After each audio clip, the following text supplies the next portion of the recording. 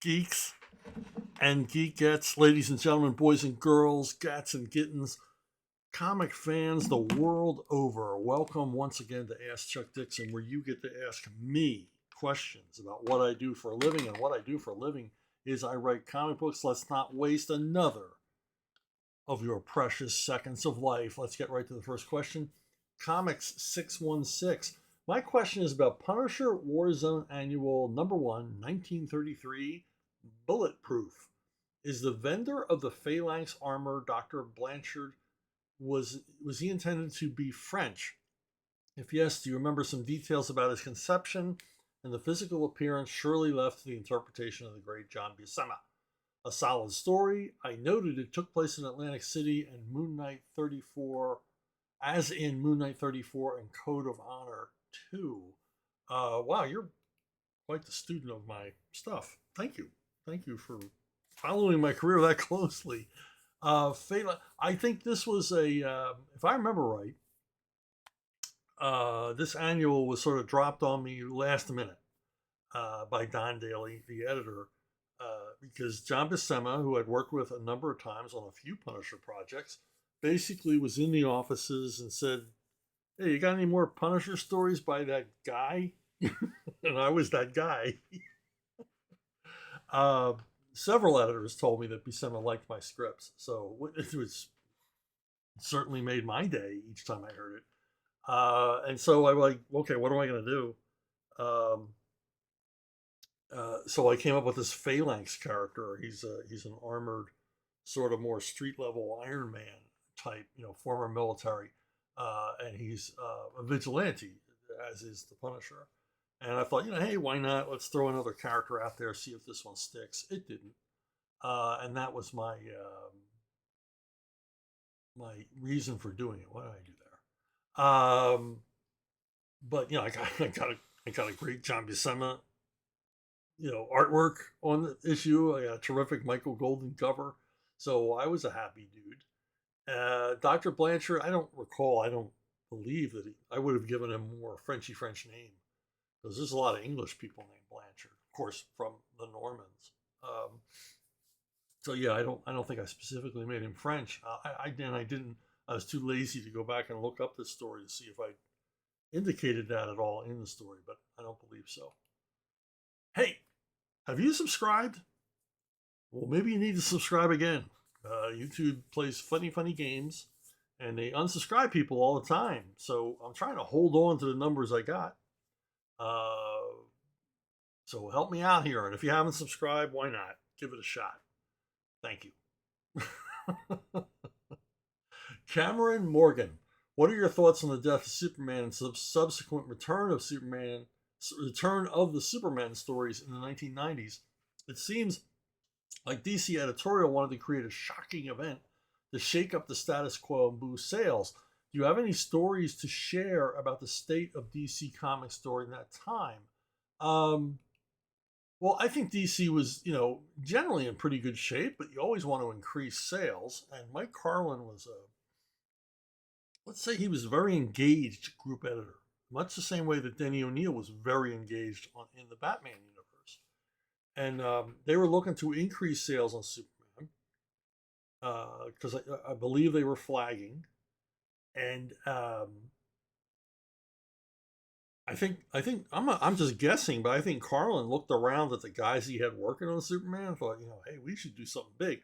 Let's not miss this opportunity. We got these powerhouse talents, who are really invested in this character, who are really into Superman. We got Dan Jurgens, we got Jerry Ordway, we got Butch Guice, we got Roger Stern, a bunch of other guys.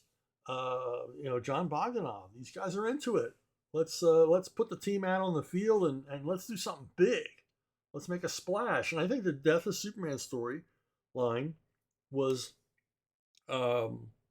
really apt, really suited to the Superman franchise because let's face it, more than any other superhero, Superman is a character who overcomes challenges. And the challenge is if you're going to challenge Superman, you got to bring it.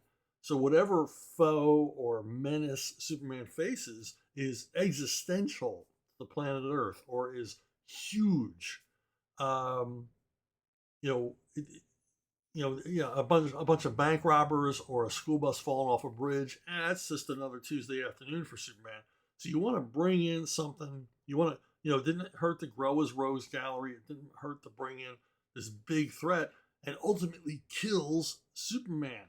Now, the death of Superman was huge outside of comics. It made an enormous impact. I remember I was having a house built at the time, and I was pulling up to the house because when you build a house, it's like having a second job. You always want to go and check and make sure everything's okay, and the house is being built to the specifications you wanted. And there's lots of examples I can give you as to why it was a really good idea to visit the house while it was under construction.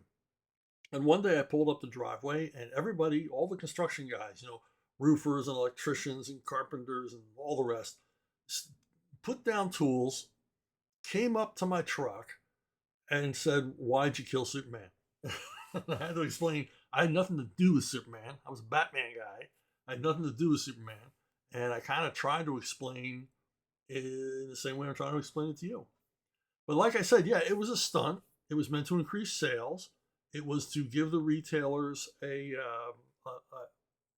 incentive to buy all of the Superman titles, because when you do a character who has multiple monthly titles, you want to bring those titles up as close as possible so that each title is selling within the same range. You don't want one Captain Potato Salad book selling, 100,000 a month, and Doodah Comics featuring Captain Potato Salad selling 20,000. You want to bring those sales up within the same range, and so this certainly accomplished that. And I think it's a terrific story. It really is a terrific story, and it's one of those lightning in a bottle moments, like I believe Nightfall was, where you have a crew who are invested, they are passionate, they really want to tell a good story, and they're good. They're really professional, top drawer creators, and you've made something big, you've made something special. I think too many times with these big events, they think about the event and the talent is secondary. I really think sometimes you've got to put the talent first. You got to think, hey, let's put together a great team and do something special instead of, well, let's do something we think is special and just throw whoever at. Whoever's in the hallway, we'll bring them in. And then, of course, like Nightfall, the Death of Superman and the Return of the Superman is a years long continuity. I mean, DC was all in on this, and they hung in, and much to their benefit, because it sold enormously, and it's still worth going back and rereading. It's good stuff from guys who gave a crap, who showed up. Oh, and a consistent team throughout. We don't lose anybody. I mean, it's all the same creators throughout. So not only did Mike Carlin and Paul Evans at DC have faith in the project, they had faith in the talent. And if you're a creator, it's really the biggest, boon you can get, is that your employers or editor has faith in you. And then once you know that, you can run with it. You can run with that ball, knowing that they've got your back. So, yeah, I think it was terrific stuff. Why am I doing this? Hold on. Oh, hey, you get a twin spin. What do you know about that? What are some of your favorite detective stories in books and comics? I really can't think of any in comics. The comic book writers generally don't write a lot of mysteries. Um, First of all, they're hard to write. Uh, and secondly, I don't know that there's that much call from the readers. When I was on detective, I wrote a lot of mystery stories, whodunit stories, and police procedural type stories. And in fact, I've told this before, but when they went to finish up the Batman Black and White series, which was a series of prestige books by creators, many of whom had never worked on Batman before, and they let them do 8-page stories in black and white. And Mark Chiarello was the editor, and he realized by the time they had gotten to the fourth book that no one had written a mystery story. There wasn't one detective story in all of those stories. Everybody was writing their quote unquote ultimate Batman story, and there were no mysteries. And he didn't know who to turn to, so he called me because he knew I would write him a mystery story. And he said, if I teamed you with Jorge Zaffino, could you come up with a whodunit mystery for Batman to solve? And I did. And it's the only detective story in that entire huge, big, fat collection of Batman black and white stories. For whatever reason, no one else wanted to write a mystery story. And were I initially offered, I was never thought of. I wasn't initially offered a place in Batman black and white. I was only brought in because I could perform that one function. Um, if I had been offered, if I was one of the initial creators where they said, "Hey, we want to contribute," I would have written a whodunit anyway. I don't, I you know, I don't like ultimate Batman stories because I believe the ultimate Batman stories have already been written. You're not gonna top them. As far as detective, Sherlock Holmes, obviously, big freaking deal. The genre kind of doesn't begin with Sherlock Holmes, but certainly refined and made more popular the Who Done It, Nobody Leave This Room mystery, the riddle mystery, the detective mystery story begins with Sherlock Holmes, and largely has not been really surpassed because I recently reread all of the Doyle stories. I read them back when I was a teenager. I reread them. Boy, they're good stories, and boy, they're really different. There's no real formula to Doyle. They're very different in approach, and Watson's tone changes in a way that's not contrived. You know, Dr. Watson has kind of a character arc that's revealed in his prose because it's supposedly Dr. Watson telling these stories, and we sort of see him evolve as a character in a very effective way over the course of the stories, and then Doyle plays with the formula. He has Holmes write one of his own. Holmes writes one of his stories in the first person, and it's a lot of fun to read because Holmes is commenting on Watson's writing of the previous stories as he goes along. And basically, Holmes is saying, I don't know how I have a newfound respect for Dr. Watson because it's not that easy to write one of these. it's really cool stuff. Doyle was an amazing writer, amazingly gifted writer. As far as my own personal taste, I like police procedural mysteries. I don't like Agatha Christie, Nobody Leave This Room, Drawing Room, Who Killed Lord Cavendish mysteries, because generally I don't give a crap about Lord Cavendish, and I don't care for the suspects either. Um, so I like police procedural mysteries because they're based more in reality, real life detectives. Um, I was introduced to the format or the genre of a police procedural mystery through the Martin Beck mysteries. These were huge bestsellers in Europe. They brought them here in the 70s to the United States in paperbacks. Um, they're set in Stockholm and Malmo, Sweden. Martin Beck is a chief of detectives and just a terrific cast of characters, some really compelling, engaging mysteries. And the thing about the Martin Beck mysteries is they just seem real. They seem real and immediate. There's no melodrama or anything like that. There's some dark humor. There's some action, but generally it portrays, the plotting determination of the detectives to solve the case. And like the Holmes novels, there's no formula. The cases can be anything from missing person to mass murder to an assassin on the loose or a terrorist plot or whatever. And just uniformly, wonderfully written and still bestsellers to this day in Scandinavia. And this is kind of where Scandinavian noir or Scandinavian crime drama begins. It all really begins with Martin Beck and Varg Veum, the Norwegian private detective. And this is really where it begins. Uh, Another favorite of mine, if I can bring it up here. Now, Ed McBain novels were everywhere when I was growing up. You went to the paperback store and there were tons of Ed McBain novels, and I didn't really pay any attention to them. Um, you know how there's so much of something you don't see it. But I like the police procedural mysteries so much that I wanted to read more. And so I gave the 87th Precinct novels by Ed McBain a try, and I ended up reading all of them. I think maybe he wrote like 50 of these. I mean, and each one is wonderful. And like the Martin Beck mysteries. Now Ed McBain was writing these in the 50s.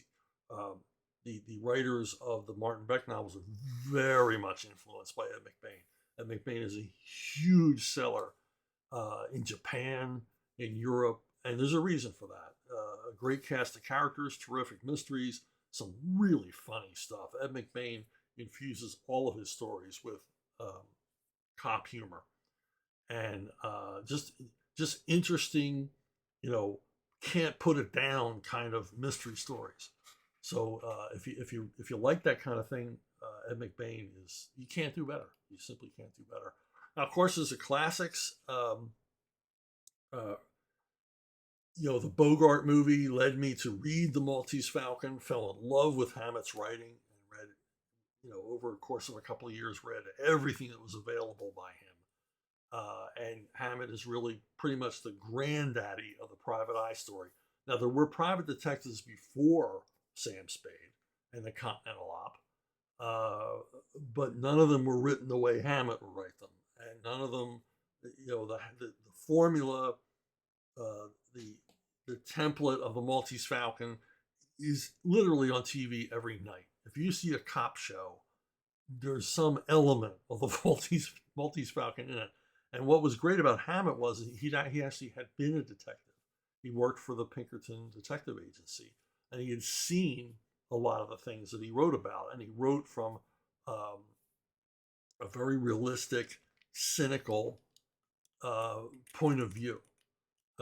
And um, he wrote without uh, a lot of self awareness, if you know what I mean. He just wrote the story, and he wrote it as he imagined it would be. He wrote it from his own experiences, and he wrote it without any literary pretensions at all. He just took a good story and told it as plainly as he could, and the ending result is literature because these things are wonderfully written. They're wonderfully evocative. Hammett is a very unique voice, all his own. He's not writing based on anybody else's writing. It's all him. And he starts out as a pulp guy, and then gets adopted by the literati, which is what I believe ruined him. He gets married to Lillian Hellman, and she's a big pretentious part of the American intelligentsia, and a communist, and and and I think he feels like he every encounter he has with literary lions, he's like doesn't belong in the room. That they're slumming by hanging out with him because he's just a pulp guy. And he writes a comic strip on the side, and he's like, oh, he's what the hell is he?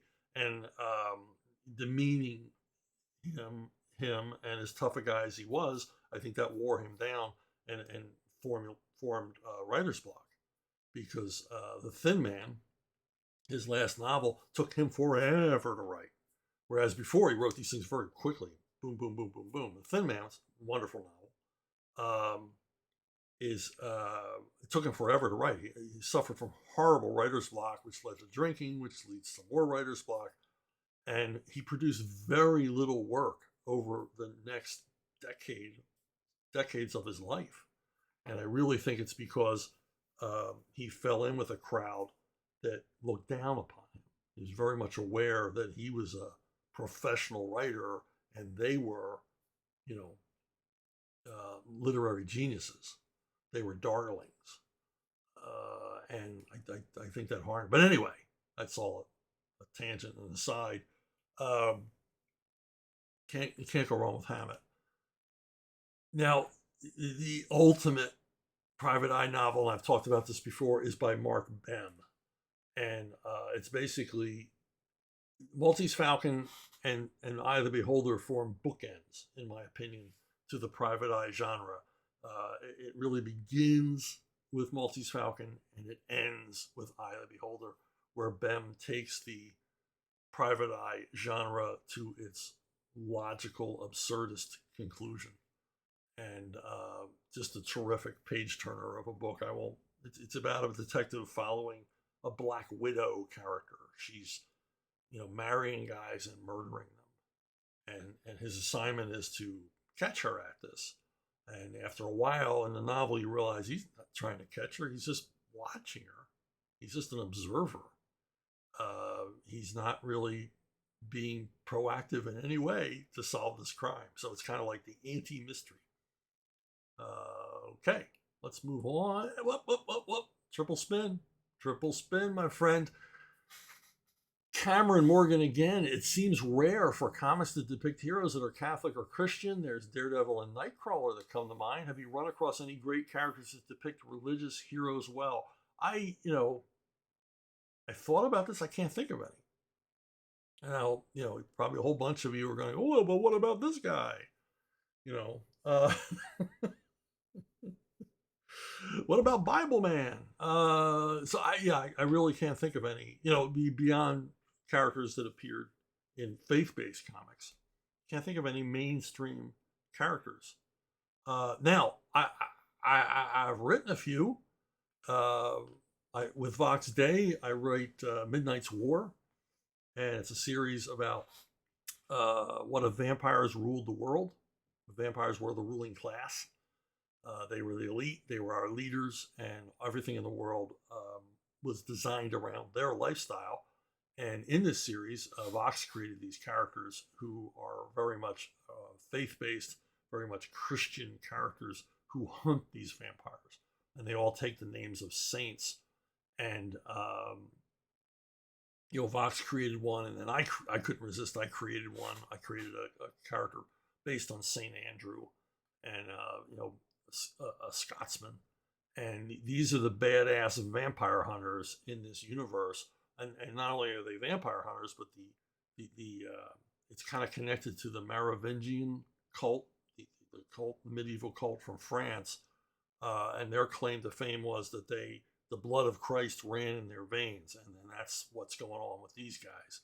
So they're basically vampire proof, and really cool characters, really cool, mysterious, enigmatic characters.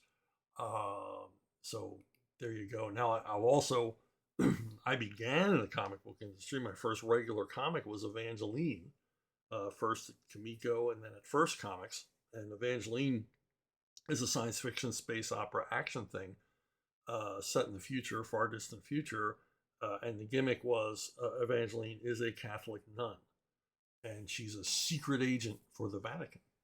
And so there was a lot of Catholicism and faith based stuff in that story because she really is a nun. She's not a fallen nun. She's a practicing nun in an order all by herself. Now, as far as characters who have like a Jewish background or Jewish upbringing, you got Moon Knight. His dad was a rabbi whom he had a falling out with. And when I was writing Moon Knight, and I've told this before, I really wanted to explore that. I wanted to explore his Jewishness. Jewishness? I don't know if that's a word. I just coined it. I wanted to explore that. I'm not Jewish myself, but that shouldn't stop me. I'm just making stuff up, and largely I wanted to have Mark Spector go back to his roots and figure out what the heck was going on in his life vis-a-vis the Fist of Khonshu. Here's a Jewish guy who gets his powers from an ancient Egyptian pharaoh, and I always thought that doesn't make any sense. Why would a Jew, a descendant of the Hebrews, gain the power of an Egyptian pharaoh? And I wanted to introduce that the fact that somewhere in the Middle Kingdom, the Hebrews invaded Egypt and took over, and the pharaohs in the time of Joseph and right up until the time of Moses, the pharaohs were Jews. And I thought, well, what if it turns out Khonshu was a Jewish pharaoh, a Hebrew pharaoh, not an Egyptian pharaoh, and it would make a whole lot more sense and have a whole kind of Indiana Jones adventure with Mark Spector and Moon Knight to uncover all of this. But I got shot down on it, and I still think it should be explored. I think that that's a I don't know a weak spot in the Moon Knight legacy. It doesn't make any sense. It's an imponderable. Jason Manning, forgive me if you've already answered this, but do you have any favorite nonfiction comics? No, I have never been asked that. And as usual, I don't do a lot of research, or I think a little bit about these questions before I answer them. I think about them as I'm putting these videos together, but I don't really, if I don't have a ready answer, I don't have a ready answer. I can't think of a lot. I mean, I know there are a lot of nonfiction comics out there. I'm trying to think of the ones that I like. Now, Sam Glanzman immediately comes to mind. Sam Glanzman was a Navy vet, combat vet, World War II. He served upon the USS Stevens, which he uh, did a series of comics about. And they're somewhat autobiographical. He's talking about things he actually saw. And when I was a kid or a young man or whatever, reading these, and they would be backups in our army at war or fighting our fighting forces or whatever. And generally, it would be a new USS Stevens story every month, and it might be 4 pages, it might be 8 pages, it might be 10 pages, and they had a big impact on me because you could tell these are written by somebody who was there, and he, for a Comics Code comic, he was able to present these war stories that were really horrifying, that really showed the darkest side of combat, and put forward the sacrifice on both sides of the war in the Pacific in a way I had never seen before or never thought of before. And you can really only get that from a guy who'd been there. Now, in this period, early 70s DC, they were striving to make the war comics as realistic as they could. Um, they were moving away from the sort of formulaic gimmick stories they were doing before and moving more toward like what Harvey Kurtzman was doing in the 50s on Frontline Combat and Two-Fisted Tales. And they were rewarded with enormous success in this period. Sam Glanzman, Joe Kubert, Russ Heath, John Severin, George Evans, guys like that were producing war comics on a regular basis for DC, 5 titles a month that were DC's biggest selling titles. The comic book reading audience, or I should say the casual comic book reading audience who was picking them as things up at newsstands, was really responding to this stuff. And I think Sam Glanzman had a lot to do with raising the tone of those books to be more realistic and more impactful. Now, Glanzman went on to do a sailor story. Um, he did 2 volumes of this. I think Dover Press reprints these. I think these are still in print.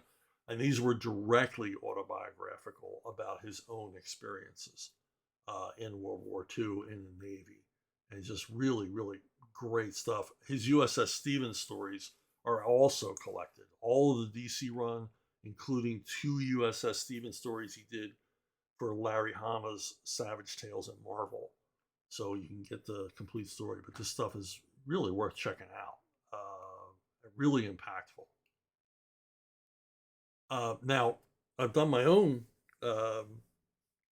nonfiction comics. I regularly, it's like, Chuck just wants to talk about himself.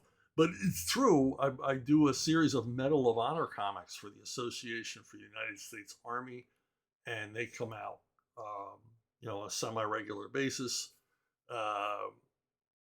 We produce about 4 of these a year, and they tell the story, the true story of U.S. Army soldiers who won the Congressional Medal of Honor. And I love writing these. First of all, it's an honor to do these myself. I'm so glad that the AUSA has faith in me that I'm going to do the right thing. And also learning about these amazing, real life superheroes, these real life American idols, um, who every one of these stories is just jaw dropping, and like he did what? you know, it's just and when you read these stories, you can't help but put yourself in this place and say, well, would I have done that? And the answer is generally hell no. I would have been, crying on the floor of a bunker. And these guys just risked everything generally for their comrades. And just awesome stories from all across American history, from Civil War to World War One, World War Two, Vietnam, Korea, war in Afghanistan, war in Iraq.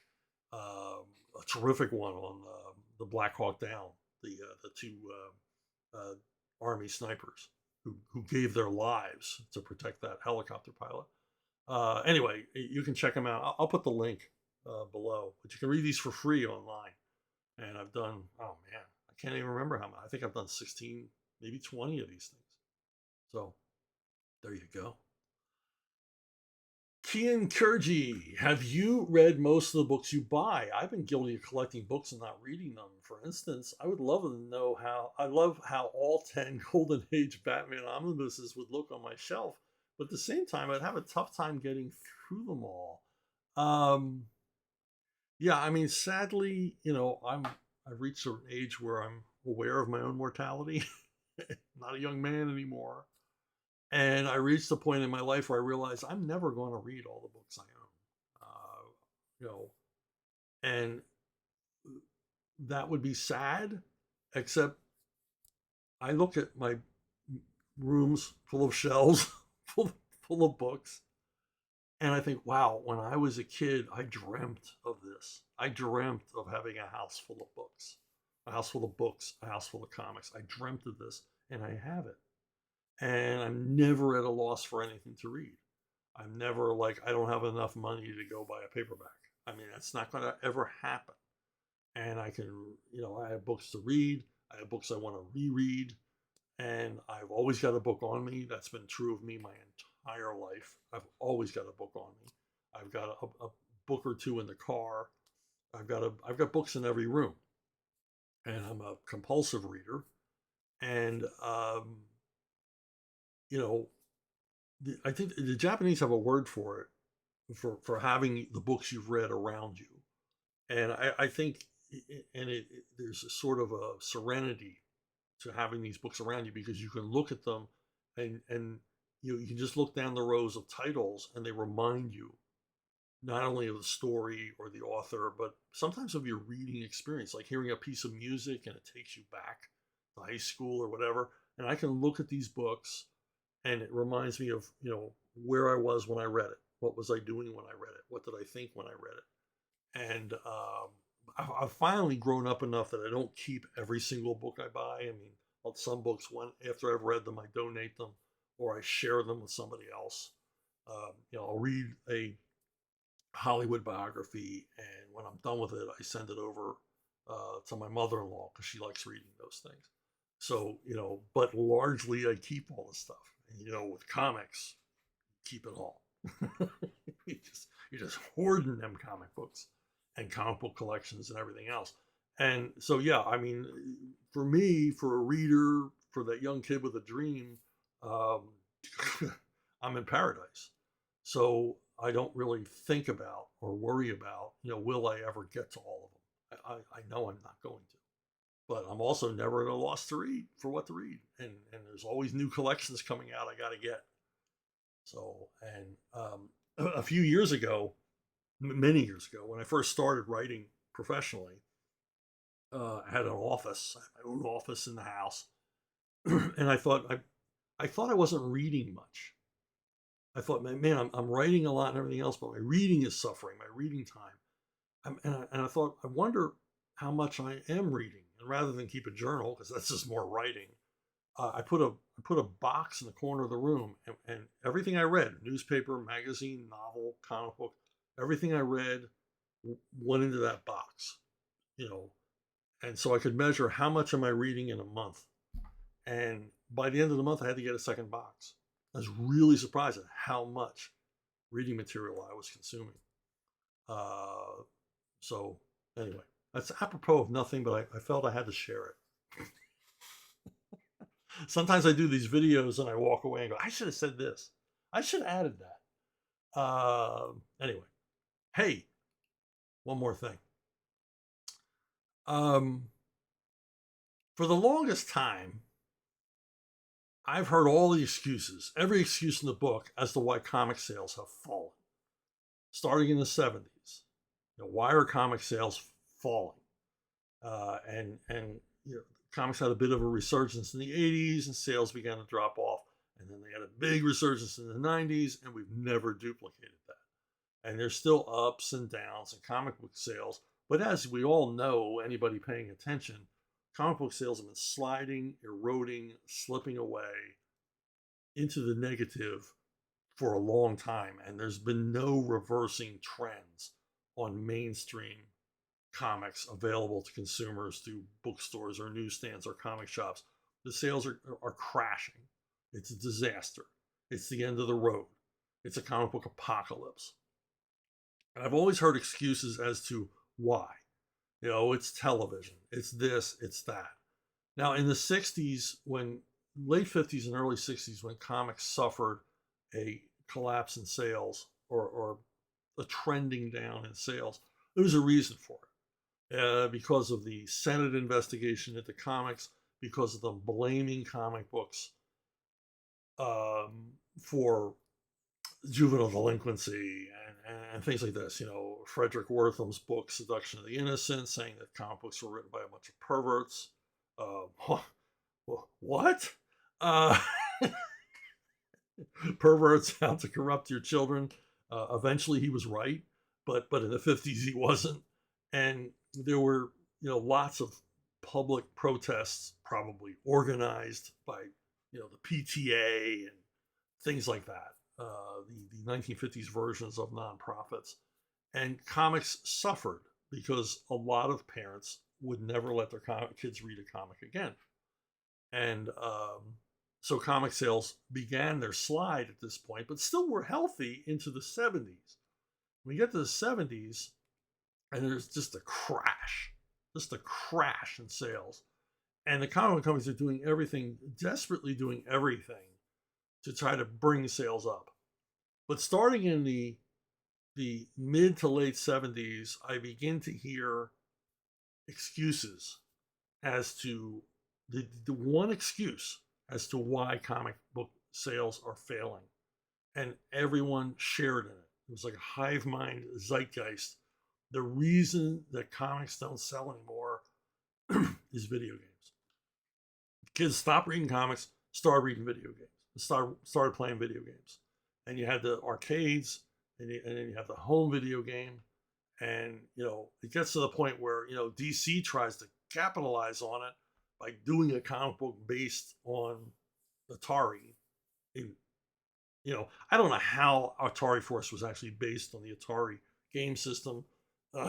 It's just put the word Atari in the title of the cover, trying to sell comics. And, the comic was terrific. It's one of the best comics DC produced in the 70s. I would say the best comic DC produced in the 70s, but it didn't go anywhere. And they continually blamed the computer games for everything, for all of their problems. And we're never going to bring kids back. And you can say to yourself, well, is that really what killed video games? Or is that really what killed comics? And why don't comics sell more? Because comics have a huge potential fan base. Look at the attendance at San Diego Con. Look at these conventions and everything else. There's obviously an interest from the public in these things. Well, I would argue that most of these comic book conventions, quote unquote comic book conventions, are no longer about comic books. They're about cosplaying. They're about the cinematic universes for the two big companies. They're about they're about Funko Pops. They're not about comic books anymore. And something like San Diego, the percentage of actual comic book representation at San Diego seems to shrink every year. I mean, there are retailers who used to show up and make good money at San Diego. They don't even bother to show up anymore. And here's the thing. This isn't a picture of San Diego Con. This is a picture of Gen Con. And Gen Con and a lot of other elements put the lie to the idea that it was video games that killed comic books. Why? What is Gen Con? Gen Con is a gaming convention and not a computer gaming convention, not a video game gaming convention. It's a board game and card game, sit at the table, looking people in the eye gaming convention. It's for people who really like board games. And I'm gonna tell you a bit more about it. But, I mean, let's face it, computer games and video games got better over time. I mean, you were playing Pong or Missile Command or something like that, or Frogger on your system at home. And, but now it's like you're exploring this whole universe of stories and characters. You would think, because computer games have gotten so big, okay, you can blame them even more for the death of comics because they really are far more engaging than they used to be and everything else. But if that's true, then why didn't they kill the one element in pop culture that they were in direct competition with? Computer games and comics are not in direct competition with each other, but computer games and board games, we are actually sitting in a room with other people touching real things. Wouldn't they have suffered more? And I know some of you are saying, well, you got things like Warhammer and Dungeons and Dragons, and well, those are cults, right? It's hard to argue. Not putting them down, but there's a cult-like element, particularly to Warhammer, and I think Warhammer is cool. I don't play it. I don't know much about it. I just think it's cool. People that like it, I know people that like it, and they're very interesting people and everything else. But we're not talking about that when we're talking about board games, when we're talking about real tactile games. We're talking about people playing board games like I used to play when I was a kid. Maybe more complex, maybe a bit more adult. And they're getting together and they're socializing. And I don't know, it's like this underground culture that's right out there in the open. And, one of my kids is really involved in this world of game boards, board games, and not role playing stuff and everything else. And he belongs to several groups, and they play at bars. They have regular meetings where they play. There are game board. I mean, I live in the Tampa area, and there are enormous board game stores everywhere that have huge inventory of games and accessories and tables to play at. And if you go there, there are people playing at those tables, and it's a really, really vibrant, vital fan base. Unlike comics, comics don't have this kind of oomph. They don't have this kind of following. Now you would have think that the people that produce board games and role playing games would have just packed up their tents and left. They would have given up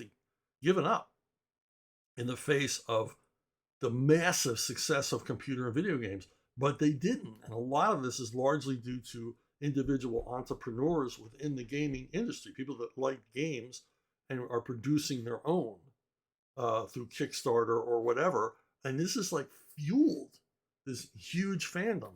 Now, this is one game room at Gen Con, one. And one of my sons just got back from Gen Con, and he was telling me this was one of many. This is a hotel ballroom in Indianapolis, Indiana. And he said all the hotels, the 5 hotels that were connected to the convention center, all of their ballrooms were game rooms. Every ballroom in every hotel, that's an enormous amount of square footage, were given over to gameplay.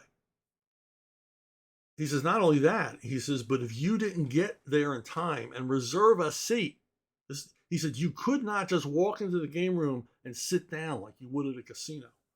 You had to reserve a seat. And some of these seats were reserved months and months in advance. And if you would have no gameplay, he says, if he only was able to play at tables where he had reserved a space months ago, you were just out of luck. You were just going to have to stand there and watch everybody else have fun. And again, I stress, this was every ballroom in all 5 hotels connected to the convention center. Think about that. This is like if every ballroom was having a wedding, at the same time, 24/7. Not only that, there were game rooms in the convention center itself. And get this is a mind blower, in the stadium connected to the convention center. The entire convention center, board games. You can play, say some of them are role-playing games or whatever. Entire convention center given over to games. The stadium it's connected to, given over to games. Not just the stadium floor, but the different levels of the stadium above, given over to games. And packed. And the thing that's different about games now is there's a game for every interest. My son plays a game in which you run a supermarket chain. There are games where you're a railroad tycoon, or you're the multiple variations on Star Wars, G.I. Joe, Harry Potter, Lord of the Rings, and any cartoon character you can think of has a game system. There are games that are Westerns. There are games that are variations on Clue, mystery games. I couldn't resist. I bought a game based on John W. Campbell's novella, Who Goes There? That was the basis of The Thing. I thought, wow, that sounds so cool. And there's literally a game for everybody. What's that remind you of? Manga. There's a manga for everybody. That's why manga is successful. I'm convinced now more than ever, the key to the success of manga is the variety. The key to the success to this board game explosion is variety. I also think it's a desire to reconnect with other people. Not sit alone in a room staring at your phone or playing on your keyboard, but to actually be in a room with people. It gives you a reason to socialize. And I think that's a big attraction. And this is missing entirely from American comics. There is no variety. There is no reason to socialize. Yes, you can go point at San Diego Con, which recently ended. But San Diego Con is a neighborhood flea market compared to this gaming convention in Indianapolis. It's mind-blowing how big this thing is, how huge the crowds were, how enthusiastic they were, the entrepreneurial spirit of it. It's an imagination engine. It's a creative engine that millions of people all around the world are enjoying. And I guess the end of it, the end of my thesis here is that computer games did not kill American comics. American comics killed American comics. And by that, I mean the mainstream DC and Marvel, by concentrating on superheroes, by going back to the well over and over again, by not offering any variety, and in recent decades, not offering any quality, not giving readers any reason to come back, get enthused, or anything. They just dropped the ball, they just gave up, and it began back with, we can't compete against computer games. No, you're just lazy. You could have competed, you could have done it. The board game companies didn't give up. And look where we are now.